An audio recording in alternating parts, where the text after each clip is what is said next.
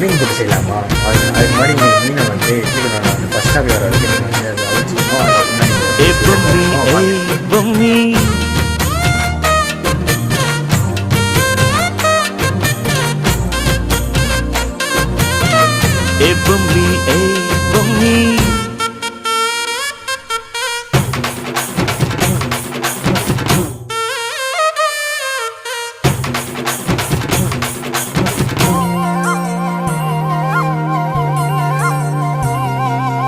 வட்ட வட்ட முட்டுகளை தட்ட தட்ட வந்ததம்மா நதி காத்து, ஓ நதி காத்து.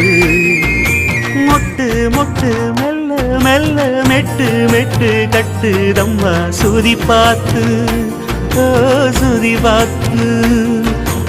ஆட வைக்கணும் பாட்டு, சும்மா செய்ய வைக்கணும் பாட்டு.